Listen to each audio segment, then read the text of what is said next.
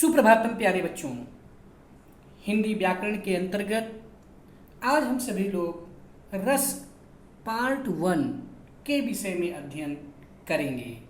तो आइए चलते हैं हम लोग रस पार्ट 1 के विषय में अध्ययन करने के लिए।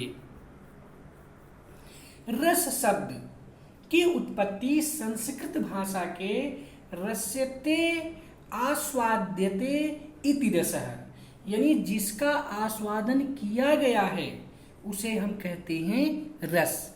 रस्यते आस्वाद्यते आस्वाद्यते इति रसः, यानी जिसका आस्वादन किया जाए, जिसका स्वाद लिया जाए उसे हम कहते हैं रस।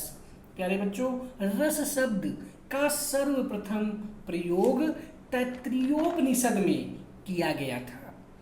अगर आपसे यह पूछा जाए कि रस शब्द का सबसे पहले प्रयोग किस ग्रंथ में किया गया था, तो हमारा उत्तर होगा कि रस शब्द का सबसे पहले प्रयोग तैत्तिरीयोपनिषद में किया गया था।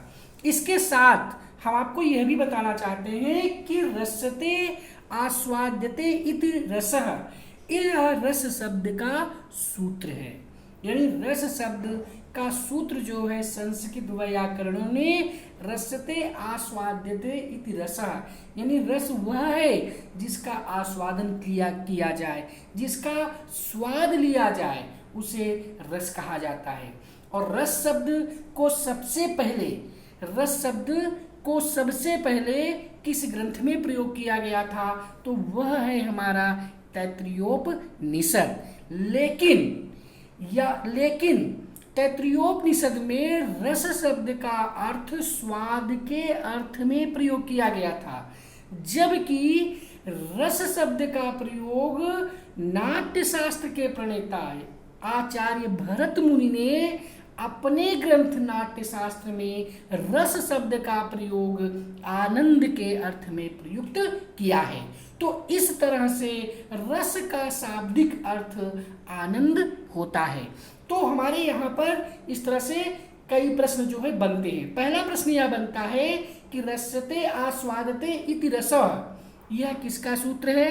आपका उत्तर होगा रस का। रस शब्द की चर्चा सबसे पहले किस ग्रंथ में की गई है? तैत्तिरीयोपनिषद ग्रंथ में की गई है। रस शब्द का तैत्तिरीयोपनिषद में किसके रूप में वर्णन किया गया है? आपका उत्तर होगा स्वाद के रूप में वर्णन किया गया है।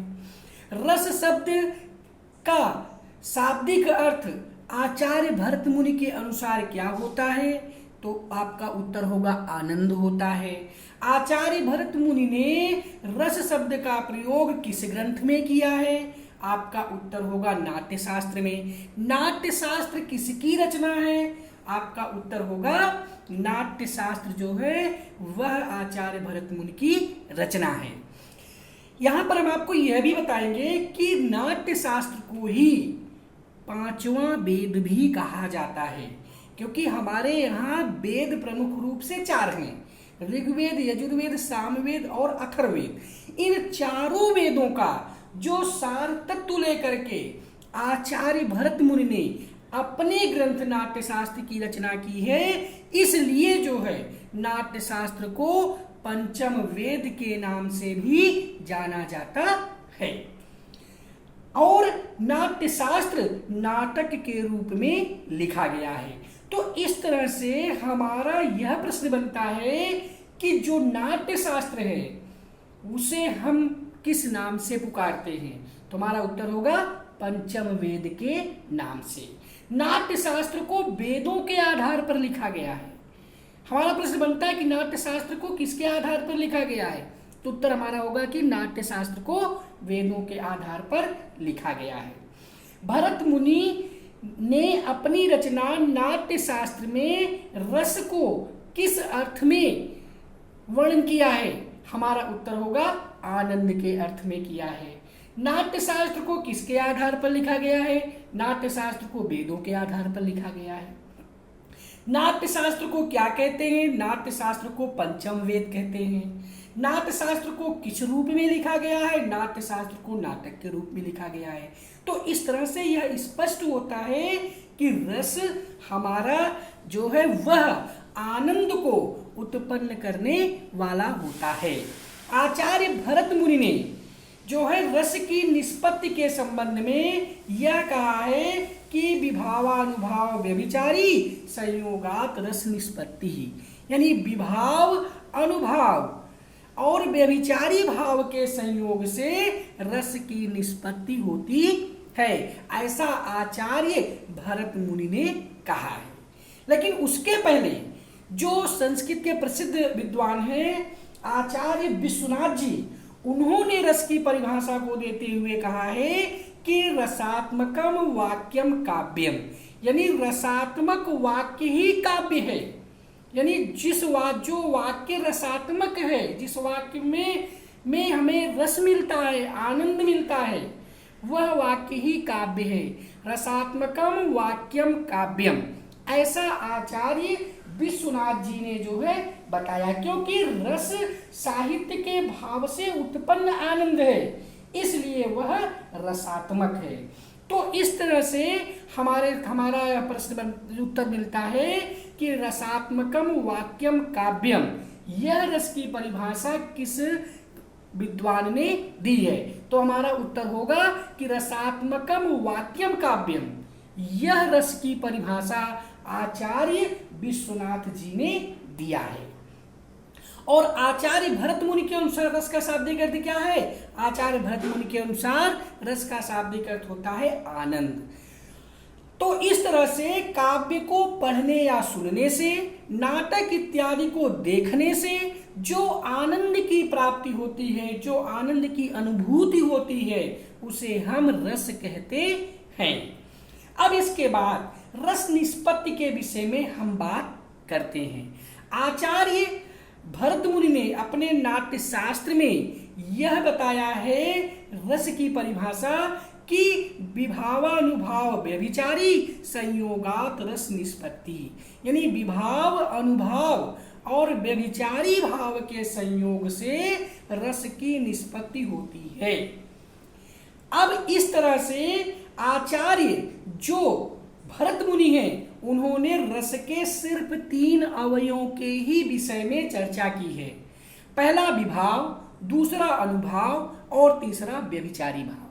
प्यारे बच्चों, आपको हम यह भी बता दें कि जो व्यभिचारी भाव है, उस व्यभिचारी भाव को ही संचारी भाव कहते हैं और उसे ही क्षणिक भाव भी कहते हैं।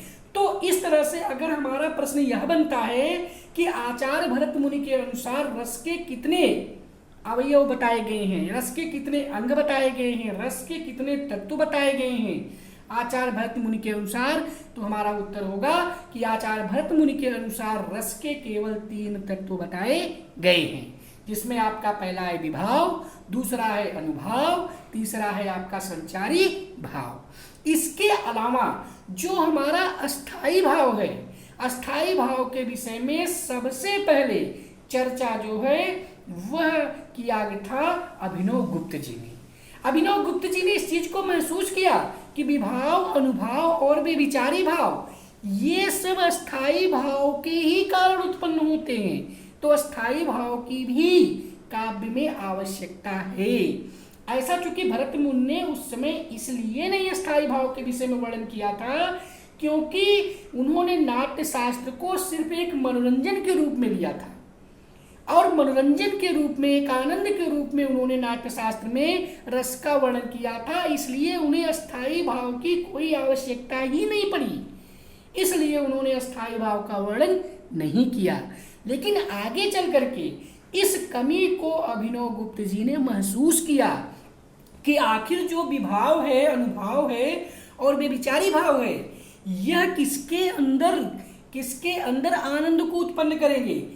तो यह जो है फिर निष्कर्ष आता है कि अस्थाई भाव के कारण ही विभाव, अनुभाव और व्यभिचारी भाव आनंद की उत्पत्ति करते हैं। तो इस तरह से रस का जो है चौथा अवयव हमारा बन जाता है अस्थाई भाव। अब हमारा जो है प्रश्न यह बनता है कि रस के कितने अवयव होते हैं। तो हमारा उत्तर होगा रस के 4 अवयव होते हैं, विभाव, अनुभाव, व्यभिचारी भाव और अस्थाई भाव। हमारा अगला प्रश्न यह बनता है कि आचार्य भरत मुनि ने रस के कितने अवयव बताए हैं? उत्तर है हमारा 3, विभाव, अनुभाव और व्यभिचारी भाव। अस्थाई भाव को रस का अवयव किसने बताया है? हमारा उत्तर होगा अस्थाई भाव को रस का अवयव बताया है अभिनव गुप्त जी ने। इस तरह से जो है रस के कुल 4 अवयव होते हैं। ध्यान हमें यह रखना है कि जो अभिनव गुप्त जी हैं उन्होंने सिर्फ अस्थाई भाव को ही चर्चा की है, उन्होंने रस की चर्चा नहीं की है, उन्होंने सिर्फ स्थायी भाव को ही बताया है। इस तरह से विभाव, अनुभाव, व्यभिचारी भाव अर्थात संचारी भाव अथवा क्षणिक भाव और स्थायी भाव, ये 4 हमारे रस के अवयव होते हैं। इसके बाद आचार्य भरत मुनि ने रसों की कुल संख्या 8 बताई है, ठीक, लेकिन मूल रूप से कुल रस कितने हैं? 9 हैं और कुल रसों की संख्या कितनी है? 11 है। अगर आपसे यह पूछा जाए कि जो है आचार्य भरत मुनि ने रसों की कुल संख्या कितनी बताई है, तो आपका उत्तर क्या होगा? 8। अगर आपसे यह पूछा जाए कि मूल रूप से रसों की संख्या कुल कितनी है, तो आपका उत्तर होगा 9।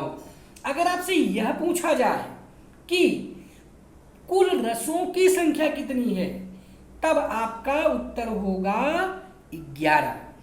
ठीक, तो प्रमुख रूप से रस जो है वो कितने होते हैं? 9। वर्तमान में रसों की कुल संख्या कितनी है? 11। नाटक में भरत मुनि ने कितने रसों का प्रयोग किया है? 8। यह आपका उत्तर होगा। इसके अलावा प्यारे बच्चों हम आपको और आगे बताते हैं थोड़ा इसके विषय में कि अब प्रश्न जो है हमारा यह बनता है कि आखिर यह जो है 8 रस जो भरत मुनि ने बताए हैं वे 8 रस कौन कौन से हैं।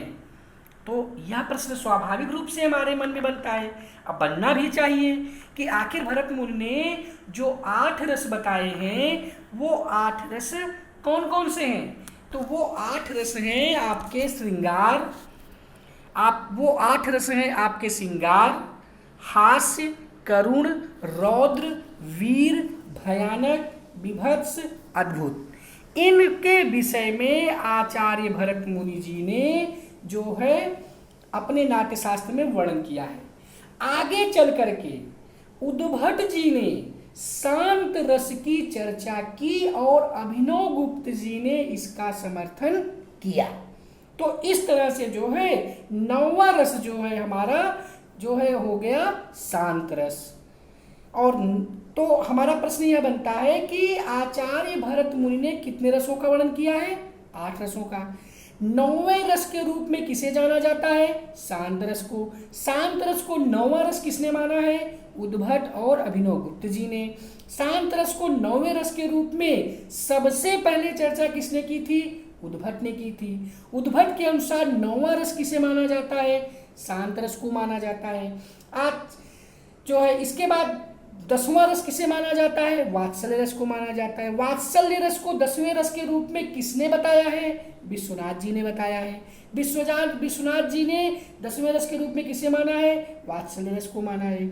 इसके बाद 11वां रस हमारा क्या है? भक्ति रस। भक्ति रस की सबसे पहले चर्चा किसने की थी? रूप गोस्वामी जी ने। रूप गोस्वामी जी के अनुसार 11वां रस कौन सा माना जाता है? भक्ति रस माना जाता है। तो इस तरह से अगर आपसे प्रश्न पूछा जाएगा कि कुल मूल रूप में रस कितने हैं, तो आपका उत्तर होगा कि मूल रूप में रस कितने होते हैं? 8 होते हैं। अगर आपसे यह पूछा जाए कि 9वां रस कौन सा है, तो आपका उत्तर होगा शांत रस। अगर आपसे पूछा जाएगा कि 10वां रस कौन सा है, तो आपका उत्तर होगा वात्सल्य रस। अगर आपसे पूछा जाए कि 11वां रस कौन सा है, तो आपका उत्तर होगा भक्ति रस। इस तरह से अगर आपसे पूछा जाए कि रसों की कुल संख्या कितनी है, तो आपका उत्तर होगा 11। अगर आपसे यह पूछा जाए कि अस्थायी भावों की कुल संख्या कितनी है, तो आपका उत्तर होगा 11। अगर आपसे पूछा जाए कि मूल रूप में रस कितने होते हैं, तो आपका उत्तर होगा 9। अगर आपसे यह पूछा जाए कि नाट्य शास्त्र में मूल रूप से कितने रसों का प्रयोग किया गया है, तो आपका उत्तर होगा 8। अगर आपसे यह पूछा जाए कि मूल अस्थाई भाव कितने होते हैं, तो आपका उत्तर होगा 9। तो इस तरह से जो है यहाँ पर हमने आपको रस के विषय में सूक्ष्म रूप से वर्णन जो है रस के पार्ट 1 में हमने आपसे चर्चा की। और मुझे पूर्ण रूप से विश्वास है कि रस का जो पार्ट 1 है, इसमें हमने आपको रस के विषय में वर्णन किया, आपको अच्छी तरीके से समझ में आ गया होगा। एक बार रिवीजन के तौर पर हम पुनः जो है कुछ छोटी छोटी चीज़ों को एक बार रिवीजन के रूप में कर लेते हैं। तो हमारा पहला प्रश्न है रिवीजन के तौर पर कि रसते असो इति रसः, यह किसका सूत्र है, यह किससे संबंधित सूत्र है, तो हमारा उत्तर होगा रस से। इसके बाद रस का शाब्दिक अर्थ क्या होता है, आनंद। रस का शाब्दिक अर्थ आनंद किसने कहा है, आचार्य भरत मुनि ने। रस का सबसे पहले प्रयोग किस ग्रंथ में हुआ था, तो हमारा उत्तर होगा तैत्तिरीयोपनिषद में रस का सबसे पहले प्रयोग हुआ था। तैत्तिरीयोपनिषद में रस का प्रयोग किस अर्थ में हुआ था, तो हमारा उत्तर होगा स्वाद अर्थ में। इसके बाद आचार्य भरत मुनि ने रस का प्रयोग किस ग्रंथ में किया था, आपका उत्तर होगा नाट्य शास्त्र में। नाट्य शास्त्र में रस का प्रयोग आचार्य भरत मुनि ने किस अर्थ में किया है, आपका उत्तर होगा आनंद के अर्थ में। इसके बाद फिर आपका अगला प्रश्न यह होगा कि जिसका आस्वादन किया जाता है या जिसका आनंद लिया जाता है उसे हम क्या कहते हैं, हमारा उत्तर होगा रस। इसके बाद फिर हमारा अगला प्रश्न यह बनता है कि आचार्य विश्वनाथ ने रस की क्या परिभाषा दी है, तो हमारा उत्तर होगा वाक्यम रसात्मकम काव्यम। रस साहित्य के भाव से उत्पन्न आनंद है, इसलिए वह क्या है, रसात्मक है। रस का सबसे पहले प्रयोग कहाँ किया गया था, तैत्तिरीयोपनिषद में। किस अर्थ में किया गया था, स्वाद के अर्थ में किया गया था। आचार्य भरत मुनि ने अपनी रचना नाट्य शास्त्र में रस की चर्चा आनंद के रूप में की है। नाट्य शास्त्र को क्या कहा जाता है, नाट्य शास्त्र को पंचम वेद कहा जाता है। नाट्य शास्त्र को पंचम वेद क्यों कहा जाता है, क्योंकि नाट्य शास्त्र वेदों के आधार पर लिखा गया ग्रंथ है। नाट्य शास्त्र किस रूप में लिखा गया है, नाट्य शास्त्र हमारा नाटक के रूप में लिखा गया है। आचार्य भरत मुनि ने रस की निष्पत्ति से संबंधित कौन सा सूत्र बताया है, हमारा उत्तर होगा विभावानुभाव व्यभिचारी संयोगात रस निष्पत्ति। आचार्य भरत मुनि के अनुसार रस के कितने अवयव माने जाते हैं, हमारा उत्तर होगा आचार्य भरत मुनि के अनुसार रस के 3 अवयव माने जाते हैं। अवयव को ही अंग बोलते हैं, अवयव को ही तत्व बोलते हैं। वो अवयव कौन कौन से हैं, विभाव, अनुभाव और व्यभिचारी भाव। व्यभिचारी भाव को अन्य और किन नामों से जाना जाता है, हमारा उत्तर होगा क्षणिक भाव और संचारी भाव के नाम से जाना जाता है। इसके बाद फिर हमारा अगला प्रश्न है कि रस का चौथा अवयव अस्थाई भाव की सर्वप्रथम चर्चा किसने की थी, तो हमारा उत्तर होगा अभिनव गुप्त ने की थी। अभिनव गुप्त के अनुसार रस का चौथा अंग कौन सा है, हमारा उत्तर होगा अस्थाई भाव है। अस्थाई भाव है। आचार्य भरत मुनि के अनुसार रसों की कुल संख्या कितनी बताई गई है, हमारा उत्तर होगा 8। मूल रूप से रसों की संख्या कुल कितनी होती है, हमारा उत्तर है 9। भरत मुनि के अनुसार रस के कितने तत्वों की चर्चा की गई है, हमारा उत्तर है 3, विभाव, अनुभाव और व्यभिचारी भाव। अभिनव गुप्त ने किस रस के अवयव की चर्चा की है, उत्तर होगा स्थायी भाव। स्थायी भाव अवयव की चर्चा किसने की है, उत्तर होगा हमारा अभिनव गुप्त ने। प्रमुख रूप से रस के कितने अवयव माने जाते हैं, हमारा उत्तर है 4, विभाव, अनुभाव, व्यभिचारी भाव और स्थायी भाव। स्थायी भाव की चर्चा किसके द्वारा की गई है, अभिनव गुप्त के द्वारा की गई है। भरत मुनि ने मूल रसों की संख्या कितनी बताई है, भरत मुनि ने मूल रसों की संख्या 8 बताई है। इसके बाद फिर हमारा अगला प्रश्न है कि अस्थाई भाव किसे कहते हैं। अस्थाई भाव मन में छिपा हुआ वह भाव है जो विभाव, अनुभाव और व्यभिचारी भाव के मिलने से रस की उत्पत्ति करता है। ये भाव मनुष्य के अंदर सुषुप्तावस्था में पड़े होते हैं, अर्थात सोते रहते हैं, और समय अनुकूल आने पर ये अचानक ही सहसा ही जागृत हो जाते हैं। फिर हमारा प्रश्न है कि आचार्य भरत मुनि के अनुसार मूल रस कौन कौन से होते हैं? हमारा उत्तर है श्रृंगार रस, हास्य रस, करुण रस, रौद्र रस, वीर रस, भयानक रस, विभत्स रस, अद्भुत रस। इन विषयों का वर्णन, मतलब इन रसों का वर्णन नाट्य शास्त्र में आचार्य भरत मुनि ने की थी, क्योंकि नाटक देखने वाले दर्शकों को शांत रस की कोई आवश्यकता नहीं थी। इसलिए आचार्य भरत मुनि ने अपने नाट्य शास्त्र में शांत रस का वर्णन नहीं किया है। और नाट्य शास्त्र के लिखने का मुख्य उद्देश्य था लोगों को आनंद प्रदान करना, लोगों को मनोरंजन प्रदान करना। लेकिन आगे चल करके जब जो है धीरे धीरे समय व्यतीत हुआ तो शांत रस की भी आवश्यकता पड़ी, और आगे चल करके उद्भट जी ने 9वें रस के रूप में शांत रस का वर्णन किया। तो इस तरह से कुल रसों की संख्या हो गई 9। उद्भट जी ने शांत रस के रूप में शांत रस को 9वें रस के रूप में माना, और अभिनव गुप्त जी ने इसका समर्थन किया था। तो उद्भट जी ने 9वें रस के रूप में किस रस को माना है? शांत रस को। शांत रस की सबसे पहले चर्चा किसने की थी? उद्भट ने की थी। आचार्य विश्वनाथ के अनुसार किस रस की चर्चा सबसे पहले की गई थी? तो आचार्य विश्वनाथ जी के अनुसार वात्सल्य रस की चर्चा सबसे पहले की गई थी। भक्ति रस की चर्चा सबसे पहले किसने की थी? भक्ति रस की चर्चा सबसे पहले रूप गोस्वामी जी के द्वारा की गई थी। तो इस तरह से हमारा प्रश्न यह बनता है कि आचार्य भरत मुनि ने प्रमुख रूप से कितने रसों की चर्चा की थी? तो हमारा उत्तर है आचार्य भरत मुनि ने प्रमुख रूप से 8 रसों की चर्चा की थी। शांत रस की चर्चा सबसे पहले किसने की थी? हमारा उत्तर है उद्भट ने किया था। वात्सल्य रस की चर्चा सबसे पहले किसने की थी? हमारा उत्तर है विश्वनाथ जी ने किया था। शांत रस की चर्चा सबसे पहले किसने की थी? उद्भट ने। वात्सल्य रस की चर्चा सबसे पहले किसने की थी? विश्वनाथ ने। भक्ति रस की चर्चा सबसे पहले किसने की थी?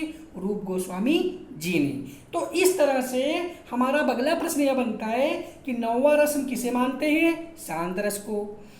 10वां रस हम किसे मानते हैं? वात्सल्य रस को। 11वां रस हम किसे मानते हैं? भक्ति रस को। ठीक, भक्ति रस का स्थायी भाव क्या है? देव रति, अर्थात देव विषयक रति। वात्सल्य रस का स्थायी भाव क्या है? स्नेह। तो इस तरह से हमारा यह प्रश्न बनता है। अगर यह पूछा जाए कि रसों की कुल संख्या कितनी है, तो हमारा उत्तर होगा कि रसों की कुल संख्या 11 है। अगर यह पूछा जाए कि अस्थाई भावों की कुल संख्या कितनी है, तो हमारा उत्तर होगा अस्थाई भावों की कुल संख्या 11 है। अगर यह पूछा जाए कि मूल रूप से कितने रस होते हैं, तो हमारा उत्तर होगा मूल रूप से 9 रस होते हैं।